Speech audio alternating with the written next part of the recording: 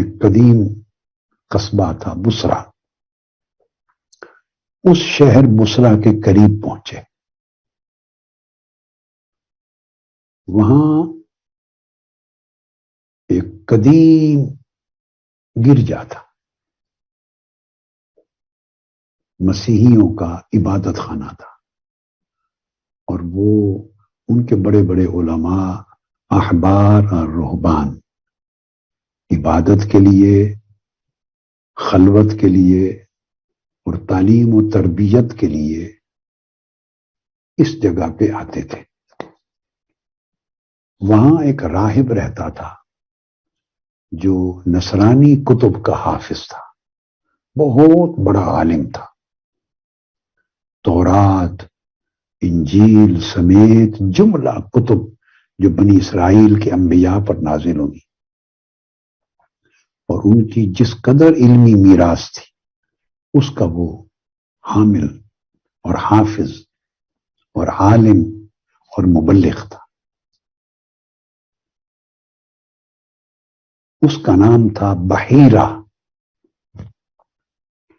عربی زبان میں اس کے نام کے لیے دو اعراب آتے ہیں. زیادہ معروف اعراب ہے بحیرہ، اور اہل لغت نے دوسرا اعراب بھی درست قرار دیا ہے، وہ ہے بحیرہ. پاکستان میں، انڈیا میں ہمارے ہاں علماء یا لوگ زیادہ تر بحیرہ کا لفظ بولتے ہیں، مگر عرب دنیا میں زیادہ معروف اور مقبول لفظ ہے بحیرہ. دونوں درست. تو بحیرہ نامی راہب رہتا تھا. بڑے بڑے مسیحی علماء وہ وفد کی صورت میں اس کے پاس آتے، کئی دن ٹھہرتے، پڑھتے تھے، اپنی قدیم بنی اسرائیل کی کتابوں کا سبق لیتے تھے. اس کا اتنا بڑا مرتبہ اور مقام تھا. قافلے وہاں آتے تھے، گزرتے تھے. یہ بہت زیادہ بودر نہیں کرتا تھا، کسی کی فکر نہیں کرتا تھا، بے نیاز رہتا تھا. اس مرتبہ جب یہ قافلہ مکہ کے قریشی سرداروں کا جب پہنچا تو یہ تو ان سے کلام بھی نہیں کرتا تھا. اب میں یہ جو عبارت پڑھ رہا ہوں یا واقعہ آپ کو سنا رہا ہوں، یہ روایت اصلاً سیرت ابن ہشام سے، جس کو امام ابن اسحاق نے روایت کیا ہے، اور بعد ازاں تاریخ الطبری نے بھی اس کو لیا ہے. تو میں ابتداءً یہ واقعہ سیرت ابن ہشام اور تاریخ طبری سے لے رہا ہوں. پھر اس کے بقیہ کچھ حصے دیگر کتب حدیث و سیر سے میں شامل کروں گا. جب یہ قافلہ سرداران قریش کا، جس میں حضور علیہ الصلوۃ والسلام بھی شامل تھے، 9 عمری میں، 12 سال کی عمر مبارک، جب وہ وہاں پہنچا تو یہ اونچا اس اپنے گرجا میں بیٹھا دیکھ رہا تھا. اس نے دیکھا کہ یہ جو قافلہ آ رہا ہے، ایک بادل اس قافلے کے اوپر سایہ فگن ہے، سائبان کی طرح ایک بادل تنا ہوا ہے، اور جیسے جیسے قافلہ چلتا ہے بادل اس قافلے کے اوپر، قافلے کے ساتھ ساتھ چلا آ رہا ہے. اس نے بڑے غور سے واچ کیا کہ بادل قافلے کے ساتھ چلتا آ رہا ہے.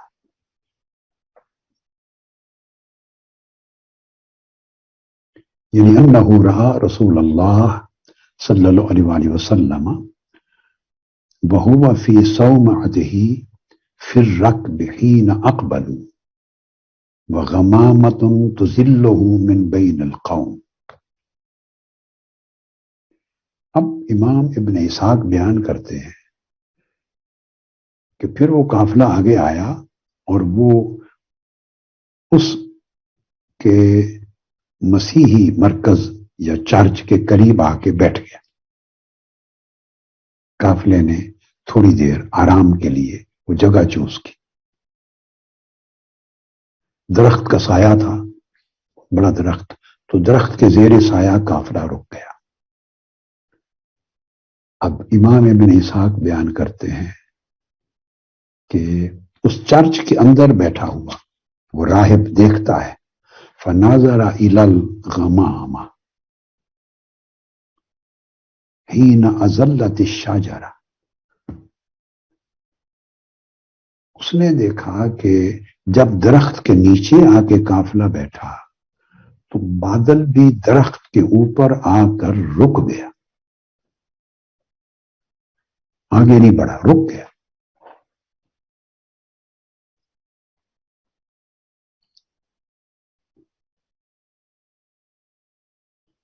اور پھر امام ابن اسحاق بیان کرتے ہیں فناظر الی الغمامۃ حین اظلت الشجرہ وتحسرت اغصان الشجرۃ علی رسول اللہ صلی اللہ علیہ وسلم.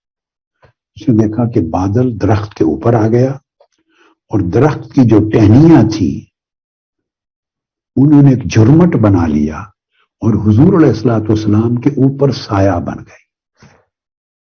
درخت کی ٹہنیاں منتشر تھی نا، تو ان میں سے دھوپ بھی چھن چھن کر آتی ہے، ٹہنیاں جڑ گئیں اور سائبان بن کے حضور علیہ الصلوۃ والسلام کے سر انور کے اوپر آ گئے. یہ منظر اس راہب نے دیکھا. دیکھتے وہ اتر آیا، اس نے حکم دیا لوگوں کو کہ اس قافلے کے لیے کھانا تیار کرو. بہت بڑی دعوت تیار کی اور دعوت تیار کر کے باہر نکلا اور اس نے قافلے سے کہا، وہ جو اس درخت کے نیچے بیٹھا تھا، قال انی قد صنعت لکم طعاما یا معشر قریش فانا احب ان تحضروا کلکم صغیرکم وکبیرکم وعبدکم وحرکم. اس نے کہا میں نے تمہارے لیے کھانا تیار کیا ہے اور میں چاہتا ہوں کہ جب کھانا لگ جائے تو تم میں سے ہر چھوٹا بڑا، آزاد، غلام، سردار، غریب، سارے افراد اس کھانے کے دسترخوان پہ آئیں، کسی کو پیچھے چھوڑ کے نہ آئیں. اس نے بطور خاص یہ بات کی. اب جو سرداران قریش تھے وہ کہنے لگے اس راہب کو، یا بحیرہ انا لکا لشأنا اليوم ما كنت تصنع هذا بنا وقد كنا نمر بك كثيرا. اس نے کہا اے راہب، ہمیں زمانہ گزر گیا، ہم ہمیشہ یہاں سے گزرتے ہیں، شام جاتے آتے ہیں، آپ نے کبھی ہمارے ساتھ ایسا معاملہ نہیں کیا، آپ تو بات ہی نہیں کرتے ہم سے. آج کیا ہو گیا ہے؟ آج ہم تمہیں ایک عجیب حالت میں دیکھتے ہیں، ایک عجیب سلوک کر رہے ہیں آپ ہمارے ساتھ جو پہلے کبھی روا نہیں رکھا. قال له بحیرہ صدقت، بحیرہ راہب نے کہا تم سچ کہتے. بس کھانے پر آ کے بیٹھ گئے. بحیرہ نکلا، وہ غور سے بادل کو دیکھتا ہے تو بادل ان پر نہیں تھا. قافلہ سارا دسترخوان پہ بیٹھ گیا مگر بادل ان کے ساتھ نہیں آیا. بادل پیچھے درخت کے اوپر رکا رہا. بحیرہ نے کہا کہ میں نے تمہیں نہیں کہا تھا کسی کو چھوڑ کے نہ آنا. انہوں نے کہا تمہیں یہ گمان کیسے ہوا؟ اس نے کہا بھائی ایک بادل تمہارے اوپر تمہارے سروں پہ چلا آ رہا تھا، تم چلتے تھے تو بادل چلتا تھا، تم بیٹھ گئے تو بادل رک گیا. اب تم چل کے یہاں آئے ہو دسترخوان پر، بادل پیچھے کھڑا ہے، اسی درخت کے اوپر وہ تمہارے ساتھ نہیں آیا، اس کا مطلب ہے تم کسی کو چھوڑ کے آئے ہو. تب انہوں نے بتایا کہ اور کسی کو نہیں چھوڑا، صرف ہمارا ایک نوجوان ہے، ہمارا ایک بیٹا، تو ان کو چھوڑ دیا ہے 9 عمری میں تاکہ پیچھے سامان کا خیال رکھے. اس نے کہا نہیں، کھانا نہیں لگے گا جب تک وہ نہیں آئے. فقال لا تفعلوا ادعوه فليحضر هذا الطعام معكم. اس کھانے پر وہ ساتھ بیٹھے گا. چنانچہ آقا علیہ السلام کو بلایا گیا. جب آپ تشریف لائے ثم قام الیہ فاحتضنہ واجلسہ مع القوم، استقبال کیا، اس نے ویلکم کیا، ساتھ بٹھا لیا اور بیٹھ کر بحیرہ بڑے غور سے آقا علیہ السلام کو تکتا رہا، کبھی آگے دیکھے کبھی پیچھے، غور سے اس کی نگاہیں جمی نہیں۔ فلما رآہ بحیرہ جعل یلحظہ لحظا شدیدا وینظر الی اشیاء من جسدہ وقد کان یجدها عنده من صفته، غور سے تکتا رہا آقا علیہ السلام کو، اور جو جو چیزیں اس کے پاس تورات میں، انجیل میں اور بنی اسرائیل کی آسمانی کتابوں میں درج تھی، اس کے علم میں تھا، حضور علیہ السلام کی صفات کا اور علامات کا، اس کے مطابق ایک ایک چیز کو چیک کرتا رہا، وہ اپنے کام میں مست تھا۔ اور جب یہ بات ہو گئی تو بحیرہ نے کہا حضور علیہ الصلوۃ والسلام کو، بتاتے رہے، آقا علیہ السلام سے مخاطب ہوا، اس نے پوچھا، جب کھانا کھا چکے لوگ اور ذرا آگے پیچھے ہو گئے، وہ حضور علیہ السلام کے پاس آ کے بیٹھا اور کہتا ہے فقال بحیرہ، کہنے لگا لا تسألنی، نہ اس نے کہا بحیرہ نے، یا غلام اسألک بحق اللات والعزى الا ما اخبرتنی عما اسألک عنہ، اے نوجوان، میں تمہیں لات اور عزا، یہ دو بت تھے جن کی پوجا کی جاتی تھی، لات اور عزا کا واسطہ دیتا ہوں کہ میں جو جو سوال تم سے کروں مجھے اس کا بالکل صحیح صحیح جواب دے دینا، کچھ بھی نہ چھپانا، اور یہ لات اور عزا کا واسطہ دے رہا ہوں۔ جب اس نے آقا علیہ السلام سے یہ بات کی تو حضور علیہ السلام نے فرمایا لا تسألنی باللات والعزى شیئا، نے کہا بحیرہ، لات اور عزا کے نام پر کوئی سوال مجھ سے نہ کرو، فواللہ ما ابغضت شیئا قط بغضہما، خدا کی قسم میں لات اور عزا ان بتوں سے اتنی نفرت کرتا ہوں جتنی نفرت دنیا میں کسی چیز سے نہیں۔ وہ سمجھ گیا، اس نے کہا اچھا اللہ کے نام پر سوال کرتا ہوں، اللہ کے نام پر جو جو پوچھو بتا دے۔ یہ 12 سال کی عمر ہے، اس معاشرے میں قسم ہر شخص لات اور عزا کی کھاتا ہے، حبل کی کھاتا ہے، تو پیدائش کے وقت سے اس بچپن کی پوری زندگی میں ہر روز جن بتوں کو خدا جانا جاتا تھا اور جن کے ناموں کی قسمیں کھائی جاتی اور کان سنتے تھے، آقا علیہ السلام کو کسی نے بتایا سمجھایا نہیں تھا، رد کر دیا اس عمر میں، فرمایا مجھے ان سے نفرت ہے، اللہ کے نام پر پوچھو۔ پھر اس نے سوال کیا،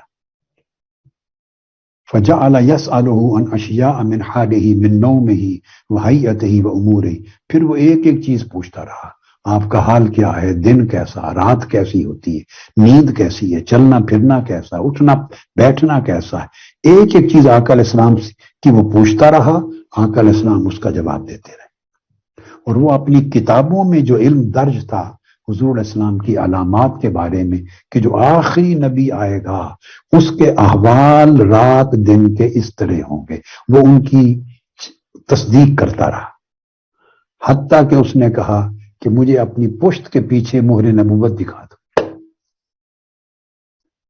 تو اٹھا کر جو عبایا تھا اس کو اٹھا کے اس نے پشت پر یہاں 2 کندھوں کے درمیان آقا علیہ السلام کی مہر نبوت دیکھی، اور امام ابو نعیم دلائل میں روایت کرتے ہیں کہ فوراً بڑھ کر اس نے بوسہ لے لیا، مہر نبوت کا بوسہ لے لیا۔ پھر اس نے پوچھا کون ہے اس نوجوان کا بڑا، اس کا نگہبان، تو حضور علیہ السلام کے چچا جناب ابو طالب اٹھے، انہوں نے کہا کہ میں ہوں۔ بحیرہ راہب نے ان سے پوچھا ما ھذا الغلام منک، یہ آپ کا کیا لگتا ہے یہ نوجوان؟ جناب ابو طالب نے کہا یہ میرا بیٹا ہے، بیٹا ہے۔ راہب نے کہا یہ آپ کا بیٹا نہیں ہو سکتا۔ انہوں نے کہا کیسے تمہیں پتہ؟ اس نے کہا ہماری کتابیں بتاتی ہیں کہ جب یہ بچہ پیدا ہوگا تو ان کے والد وفات پا چکے ہوں گے، ان کی والدہ کا حال کیا ہے؟ کہتے ہیں وہ بھی وفات پا چکی ہوگی۔ انہوں نے کہا تو سچ یہ ہے یہ میرا بھتیجا ہے۔ راہب بحیرہ نے یا بحیرہ نے کہا کہ ابو طالب اس بچے کو لے کے واپس چلے جاؤ، شام میں لے کے نہ جانا، یہود اس کے دشمن ہیں، اگر تم شام میں چلے گئے تو اس کو شہید کر دیں گے، عمر بھر اس کو لے کر واپس مکہ کی طرف پلٹنا نہیں ہوگا۔ یہ گفتگو سن کے سب قریش مکہ دنگ رہ گئے۔ اب یہاں پر جامع ترمذی کے الفاظ اسی واقعہ کے ایڈ کر رہا ہوں۔ واقعہ یہ تاریخ سیرت ابن ہشام سے تھا اور تاریخ طبری سے، یہاں امام ترمذی روایت کرتے ہیں حضرت ابو موسیٰ اشعری سے۔ بحیرہ راہب نے آقا علیہ السلام کا دست مبارک ہاتھ پکڑ لیا اور ہاتھ پکڑ کے قریش مکہ سے کہا ھذا سید العالمین ھذا رسول رب العالمین یبعثہ اللہ رحمۃ للعالمین۔ لوگوں سن لو، یہ ساری کائنات کے جہانوں کے سردار ہیں، یہ رب العالمین کا رسول ہے، اللہ اسے رحمت للعالمین بنا کر مبعوث فرمائے گا۔ قریش چونک اٹھے، کہنے لگے تمہارے علم کی بنیاد کیا ہے؟ اس نے کہا میرے علم کی بنیاد یہ ہے انکم حین اشرفتم من العقبہ لم یبق شجر ولا حجر الا خر ساجدا ولا یسجدان الا لنبی۔ میں نے دیکھا جب تم آ رہے تھے اس چوٹی میں سے، گھاٹی سے گزر کے، میں نے دیکھا کوئی درخت ایسا نہ تھا جو اس نوجوان کو سجدہ نہ کر رہا ہو، کوئی ایک پتھر ایسا نہ تھا جو اس نوجوان کو سجدہ نہ کر رہا ہو۔ شجر و حجر سوائے نبی کے کسی اور کو سجدہ نہیں کرتے۔ اور پھر میں نے اس کے کندھوں کے درمیان ختم نبوت دیکھ لی ہے۔ اور پھر بحیرہ راہب نے کہا تم دیکھتے نہیں ہو جہاں یہ بیٹھتا ہے درخت کی ٹہنیاں بھی اس کے اوپر سایہ فکن ہو جاتی ہیں، جدھر چلتا ہے بادل اس کے ساتھ چلتے ہیں، لہذا اس کو روم شام لے کے نہ جانا، یہود حسد کرتے ہیں، ان کو شہید کر دیں گے۔ اس وقت بحیرہ راہب نے حضور علیہ السلام سے پوچھا جب سوالات میں، آپ کی نیند کا حال سنائیے۔ 8 سال کی عمر ہے، دلائل ابو نعیم میں، نیند کیسی ہے؟ فقال رسول اللہ صلی اللہ علیہ وسلم، فرمایا تنام عینای ولا ینام قلبی، اے راہب میری آنکھیں سوتی ہیں مگر دل نہیں سوتا، دل جاگتا رہتا۔ یہ 8 سال کی عمر مبارک میں فرما رہے ہیں۔ جب یہ ختم نبوت اس نے دیکھی اور چوما تو اس کے تمام رونگٹے بال کھڑے ہو گئے۔ قریش کہنے لگے راہب بڑا عقیدت مند ہو گیا ہے محمد کا۔ اس کے بعد سارے آپ کے حوالے سے دیکھتے رہے، دھیان کرتے رہے، اور جناب ابو طالب فکر مند ہو گئے۔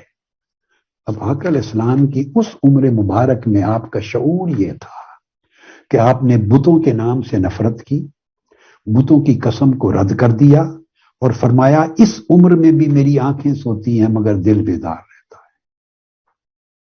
یہ اسی طرح ہے جیسے ام المومنین حضرت عائشہ صدیقہ رضی اللہ تعالیٰ عنہ فرماتی ہیں کہ حضور علیہ السلام فرمایا کرتے جب سے میں پیدا ہوا ہوں اور شعور کی آنکھ کھولی ہے، میں نے پتھروں اور بتوں کے نام پر ذبح ہونے والے جانوروں کی ایک بوٹی نہیں چکھی یہاں تک کہ اللہ نے مجھے رسالت پر مبعوث کر دیا۔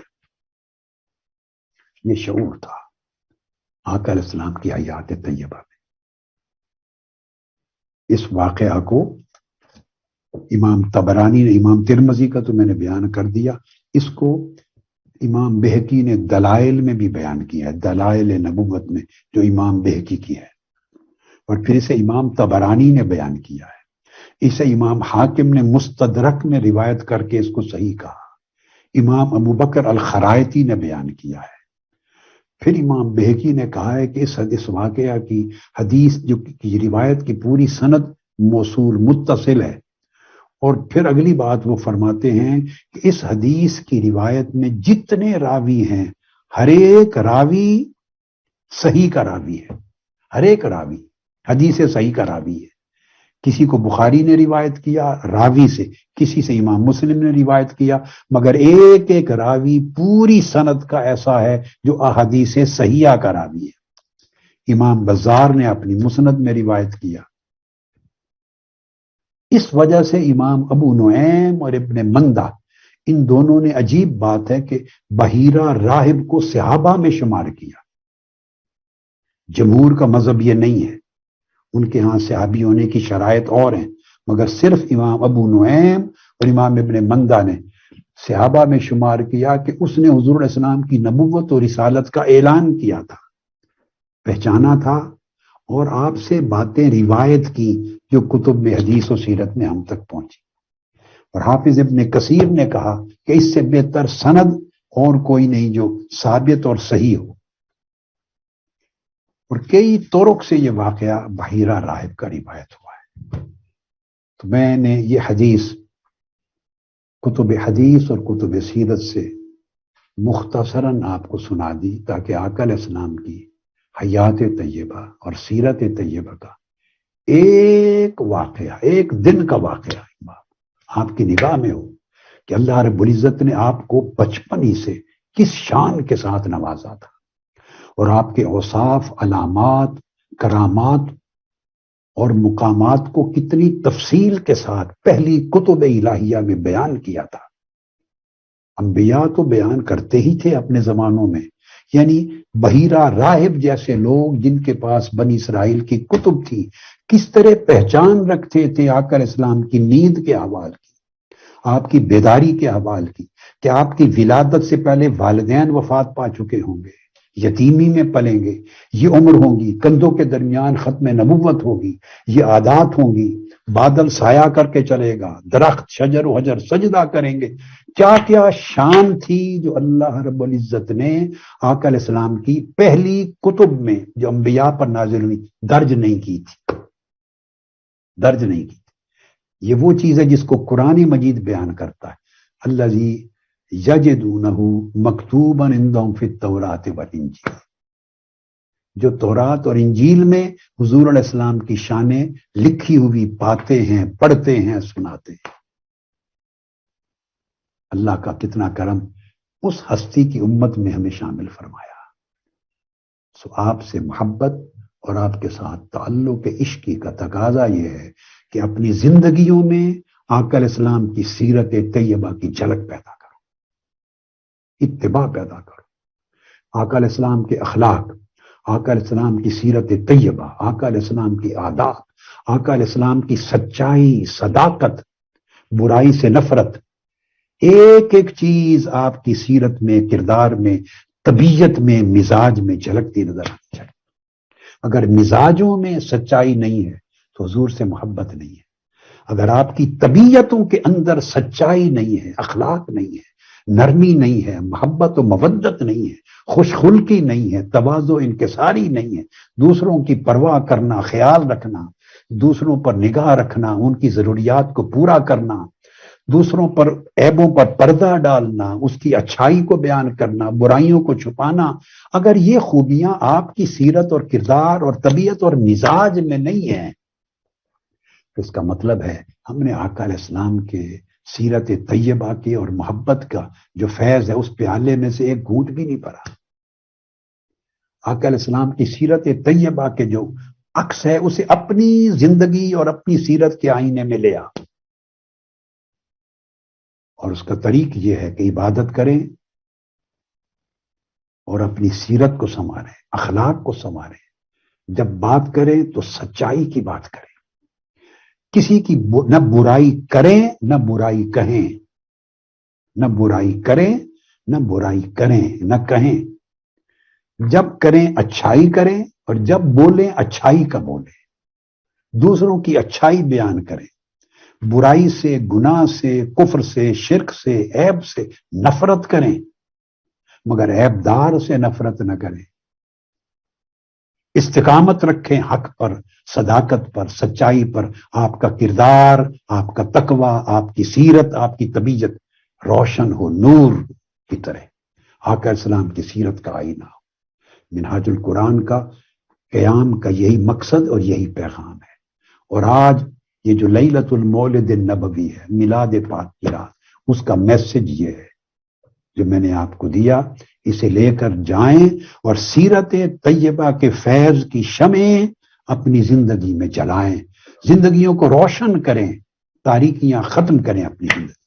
اللہ پاک آپ سب کو سلامت رکھے، اس مشن کو آباد رکھے، اور حضور اسلام کی محبت اور اتباع میں آپ کو ہمیشہ سلامت رکھے، اور ابد الآباد تک اس مشن کو توفیق دے کہ وہ اللہ اور اس کے رسول کے دین کی خدمت کرتا رہے، اور اس کے کارکن، بچے، بچیاں، نوجوان، مرد، عورتیں شمع اٹھا کر اس دین کی، آقا علیہ السلام کی سیرت طیبہ کے پیغام کی پیام بر بنی رہے۔ والسلام علیکم ورحمۃ اللہ وبرکاتہ، وما علینا الا البلاغ۔ صبح میلاد النبی کی مبارک ہو آپ کو۔ سلام پڑھیں، سلام پڑھیں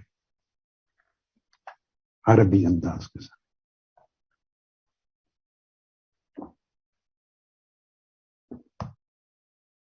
یا رسول اللہ صلوات